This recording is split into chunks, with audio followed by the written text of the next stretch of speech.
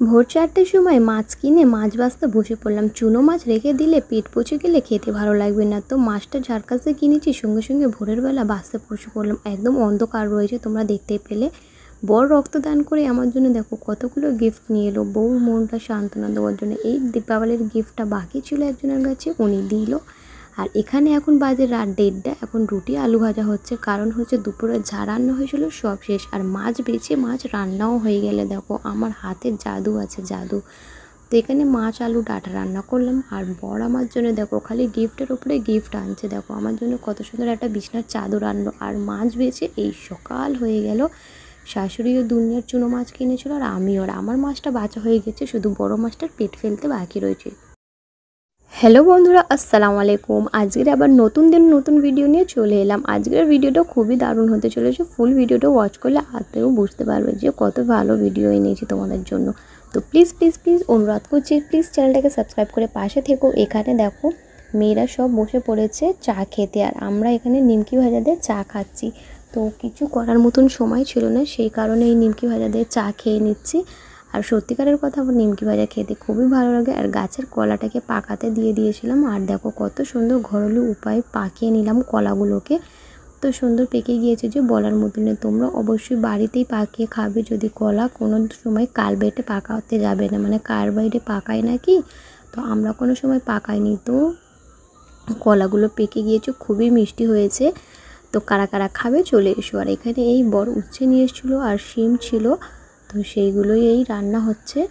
তো এখন এই বাসছি। আর মাংস নিয়েছিল, আর সত্যি কথা মাংসটা আজ আর রান্না করবো না, কাজের প্রচুর চাপ রয়েছে, অনেকটা দায়িত্বর কাজ রয়েছে, সেই কাজগুলোকে মেটাতে হবে সেই কারণে। তো এখন এই উচ্ছে ভাজা হবে, শিম ভাজা হবে, আর ডাল করব, বাস সিম্পলের মধ্যে রান্না করবো। আর আমার ভাতটা প্রায় হয়ে এসছে, কারণ কাজের এত চাপ রয়েছে যে আমি এই ভিডিওটা কাজের মধ্যে চাপেতে ফাঁকেতে তোমাদের সাথে এই ভিডিওটা শেয়ার করছি। আর আমি এখানটায় এরম জায়গা রান্না করি, সেই জন্য আমি ফুল ভিডিও তোমাদের সাথে ওয়াচ করাতে পারি না, অনেকই দুঃখিত।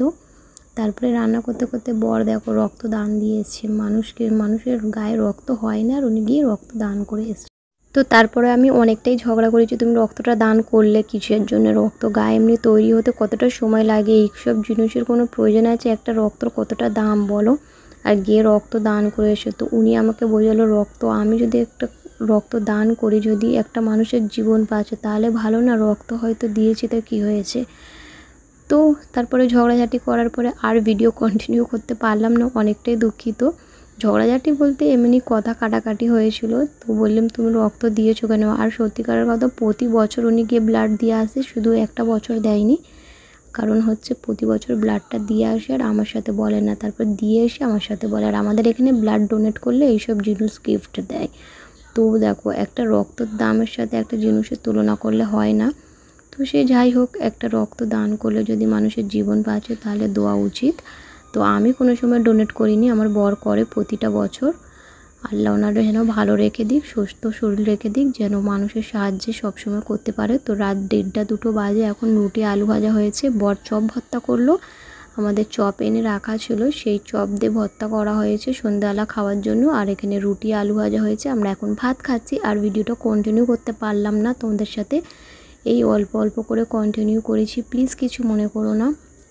তোমাদের কাছে অনেক অনেক অনুরোধ করছি যে প্লিজ চ্যানেলটাকে সাবস্ক্রাইব করে পাশে থেকো, কিন্তু অনেকটাই কষ্ট করে এই ভিডিওগুলো কাজের ফাঁকে বানানো। তো বন্ধুরা নেক্সট দিন আর সেদিন রাত্রির পরে এই ভিডিওটা কন্টিনিউ আবারও করলাম। মাছ হচ্ছিল, ঘুমিয়েছিলাম, ভোর 4টের সময় দেখলাম এত চিল্লানোর আওয়াজ আর লাইট হচ্ছে, আমি তো ভয় পেয়ে গিয়েছি। আর তারপরে বর বলে এখানে জালে মাছ উঠেছে, মাছ কিনবে, তো বললাম তা কেনা হোক। তো এখানে এইসব মাছের মধ্যে আমরা কোনোটাই মাছ খাই না, তার ভেতরে ওই মৃগেল মাছ কেনা হয়েছে, সেইটাই নিলাম।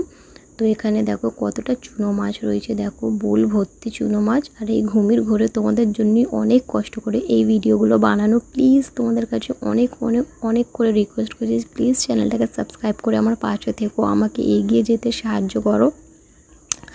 তো এখানে এই মাছগুলো নেওয়া হচ্ছে, এখন বাজে ভোর 4টে, পুরোটাই অন্ধকার, তোমরা ভিডিওটা দেখে বুঝতেই পারছো যে কতটা পরিমাণের অন্ধকার দেখো।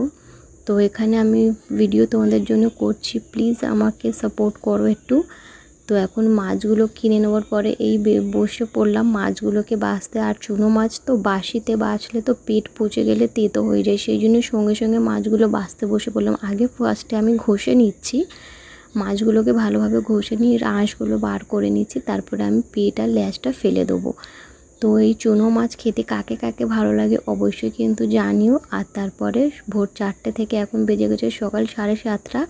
তো এখানে দেখো মাছ আমার বাচ্চা কমপ্লিট হয়ে গেছে, আর শাশুড়িরাও কিনেছিল মাছ, আর বেলাইটা ঘুরঘুর করছে মাছটা খাবে বলে। তো সমস্ত মাছগুলো বাছা হয়ে গেল, তারপরে সমস্ত বাসি কাজ সেরে নিয়ে নিজের জন্য 1 কাপ চা আর নিমকি ভাজা নিয়ে বসে পড়লাম। এখন আমি কাজে বসলাম।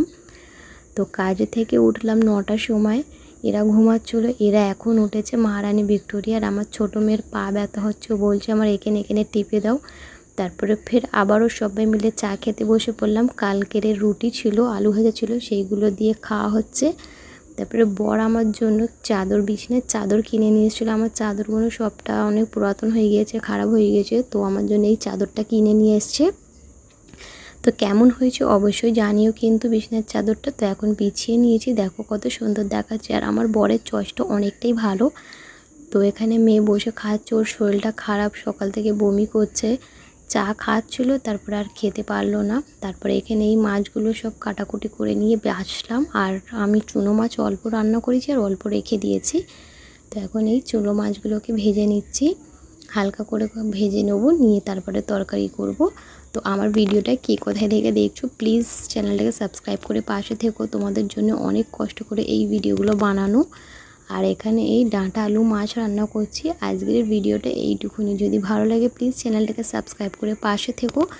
তো আমার ডাঁটার চুনো মাছের তরকারি রান্না হয়ে গিয়েছে, আর এখানে ডাঁটার তরকারিও রান্না হয়ে গিয়েছে। তো আমরা ততক্ষণ খাচ্ছি, তোমরা চ্যানেলটাকে সাবস্ক্রাইব করে পাশে থেকো কিন্তু ভালো ভালো ভিডিও